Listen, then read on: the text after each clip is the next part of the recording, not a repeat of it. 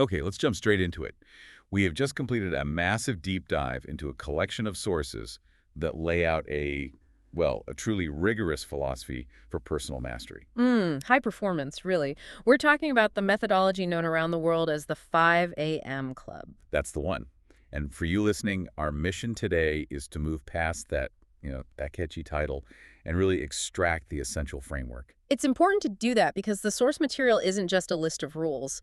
It's presented as this epic, almost mythological story. Right. We follow a burnt-out entrepreneur and a creatively paralyzed artist. And they find themselves at this seminar hosted by a motivational giant known only as the Spellbinder. The stakes are high from the get-go. The whole setup is it's wild. The spellbinder collapses on stage. And then our two main characters, the entrepreneur and the artist, are introduced to this mysterious and at first kind of scruffy-looking guy. Who, of course, turns out to be a self-made billionaire, Mr. Riley, and he becomes their mentor.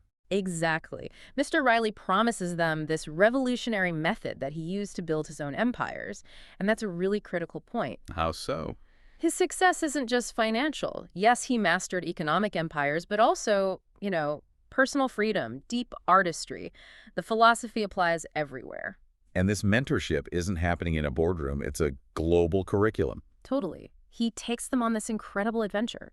From Mauritius to Rome, the Taj Mahal in Agra, all to cement these deep principles. And the entire journey, all of it, is built around one single non-negotiable commitment. Rising at 5 a.m. for what they call the victory hour. This hour is designed to optimize 4 core areas of your life, and it's all summarized by this maxim they teach.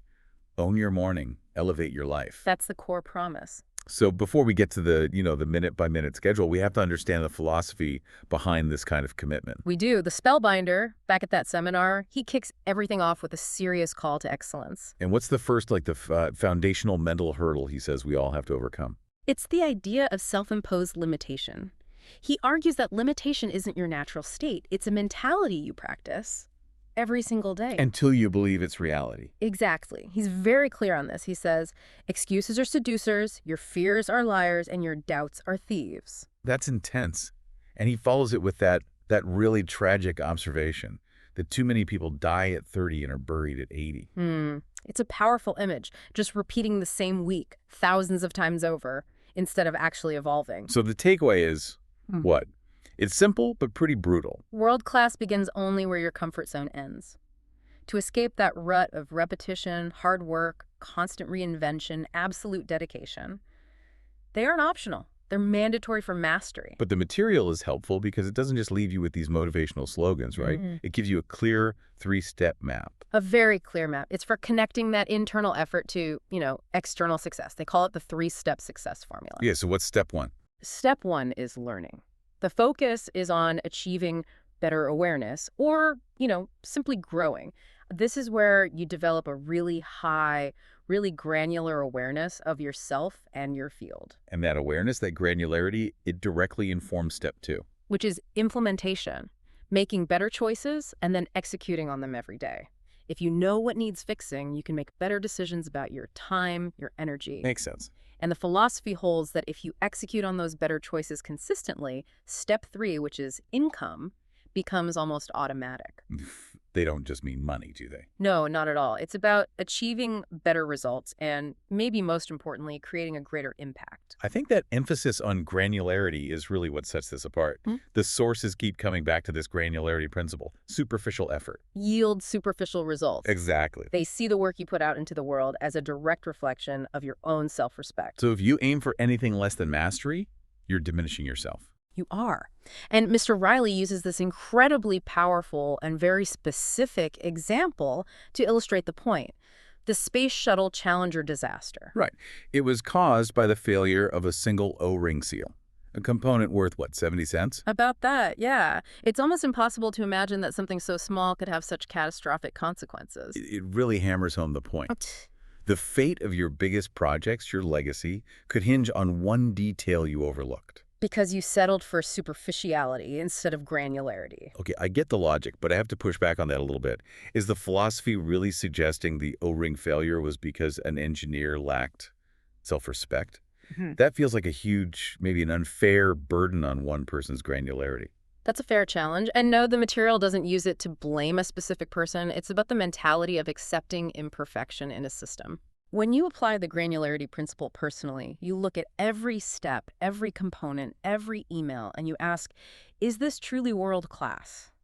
The expectation is that you approach everything with the mindset that the smallest element could be the most important. That clarifies it. It's an internal standard of excellence, which leads us perfectly into the next section because achieving that standard isn't about time management.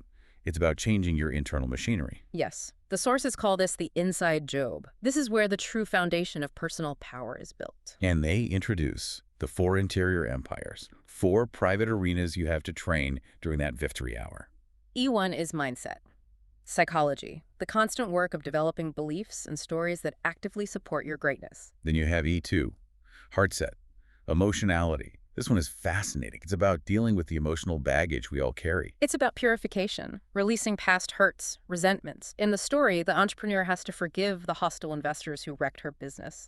That's heart set work. And if you don't do that work, that resentment just eats up energy that should be going into your creativity. Exactly. It's emotional toxicity. You have to clear it out. E3 is health set. Hmm. Physicality, this is the base layer, right? Physical vitality, energy, modeled by Mr. Riley, who's always doing push-ups. All the time. And finally, E4 is soul set. Spirituality, which isn't necessarily religious. No, it's about finding that deep solitude to reconnect with your, what they call your inherent heroism, courage, conviction, asking, what's my purpose? And you work on all 4 of these empires in that early hour. But here's the critical aha moment for you, the one tied to the neuroscience of it all. Why is it so hard to start these routines, even when we know they're good for us? It boils down to this internal conflict between what the sources call the ancient brain and the mastery brain. Okay, let's break that down, the ancient brain. That's your limbic system, your amygdala. Think of it as your body's old-school security guard. Its one and only job is survival, and it loves things to be predictable, steady. It's always scanning for threats. And the mastery brain. That's the sophisticated part, your prefrontal cortex.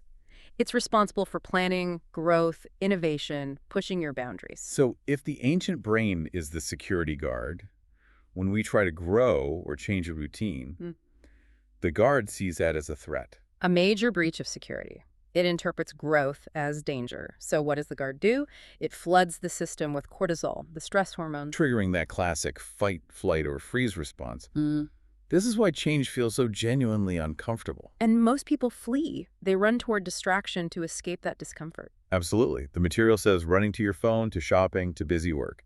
It's all just a way to flee the discomfort of growth. You're trying to neutralize that cortisol hit. And the genius of the 5 a.m. start is that it strategically uses your brain chemistry to bypass this exact conflict. How?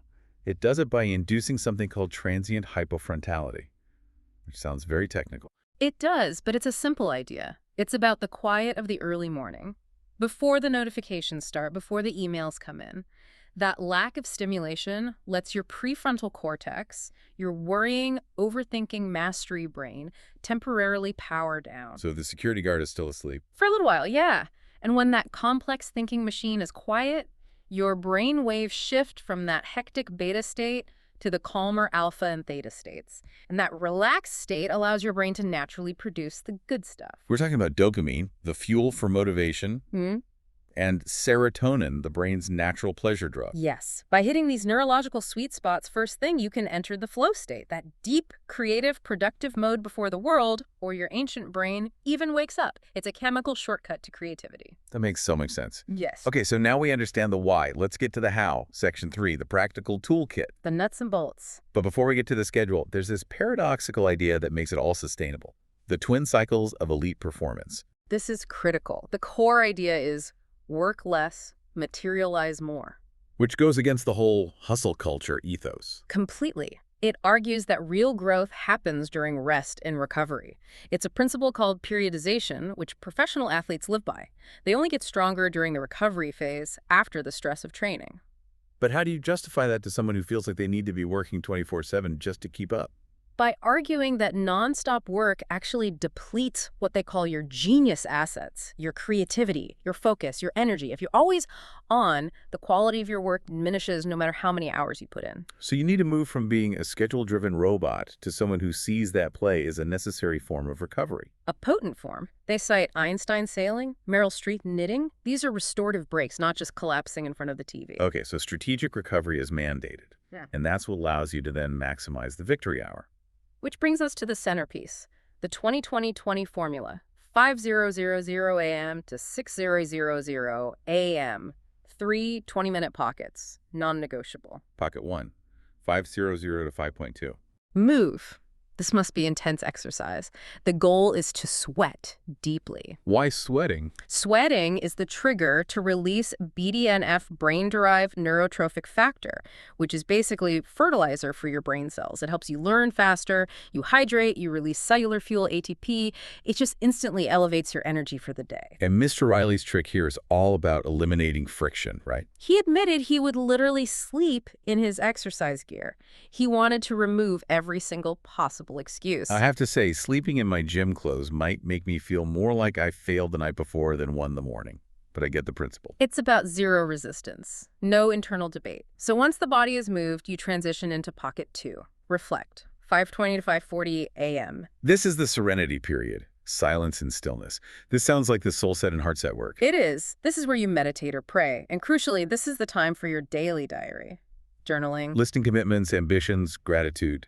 And just as importantly, dealing with that emotional toxicity we talked about. You process frustrations. The mechanism is feel them to heal them. You write it down and you consciously work to release it. And then you also script out your ideal day ahead, a pre-performance blueprint. And finally, pocket 3. Grow. 5.4 to 6:00 a.m. This is dedicated solely to deepening your knowledge. This feeds the mindset. And the framework for this pocket is the 2x3x mindset. Yes. The argument is, to double your income and impact, you must triple your investment in your personal mastery and professional capability. This is your 20 minutes to read, listen to deep dive content like this, audiobooks, anything that expands your knowledge. Now, as you said, the morning routine is only half the battle. The system mandates a non-negotiable pre-sleep ritual. If you burn the candle at both ends, the whole thing just collapses. The ritual starts early. 7 to 8 p.m. is your last meal, and all digital devices go off. Total isolation from overstimulation. Then 8 to 9 p.m. is for low-key connection. Talking with loved ones, maybe a second meditation, a hobby. And finally, 9 to 10 p.m. is prep for sleep. Cool, dark, tech-free room. You get your exercise gear ready for pocket 1 the next morning. And an evening gratitude practice. The sources are also really specific about the amount of sleep. 7.5 hours is the target. They warn that both too little and too much sleep will shorten your life. And all of these small, consistent efforts lead to what they call the day stacking foundation. It's the power of marginal gains. Just a 1% improvement every single day. In your focus, your health, your knowledge, it compounds to a 365% elevation in a year. You just focus monomaniacally on creating one great day. And those great days inevitably stack into a gorgeous life. That reframes the daily grind completely. So as we wrap this up, let's look at the ultimate purpose. This philosophy moves the goalposts away from just, external achievements. Absolutely. The material constantly pushes back against chasing external validation, titles, applause stuff. That's all temporary. Genuine power comes from internal character. From productivity, courage, empathy, integrity. And Mr. Riley drives this home with his maxims. The one that really sticks is, collect miraculous experiences over material things. And he gives you a guide for that, which he calls using joy as a GPS. Trusting what truly makes you happy. He breaks it down into people fuel, pursuit fuel, and place fuel. Who you're with, what you do, and where you are. And this means savoring the simple stuff. A pizza, a walk in nature, dancing in your bedroom. The finest treasures are in those moments. Ultimately, the sources invite you, the listener, to consider your place in what they call the territory of legacy. And they define this territory as a place where most people are just tourists. They visit it for a few minutes, think about their impact, then get swept back into being busy. But the true history makers, the heroes, they were citizens and lifetime inhabitants of this territory. They weren't focused on self-glorification. They existed for a cause larger than themselves. The lesson is that every single person has the ability to lead without a title, to make their mark. You just have to believe it. So the final provocative thought we want to leave you with, and this is taken directly from the source material, is this. Stop postponing your mastery. Stop waiting for the perfect time. The grand call has already been extended. You just have to accept the mandate to raise the standard by which you live out the rest of your life. Start now. Thank you for joining us for the deep dive. We hope this gives you the blueprint for your own victory hour. We'll see you next time.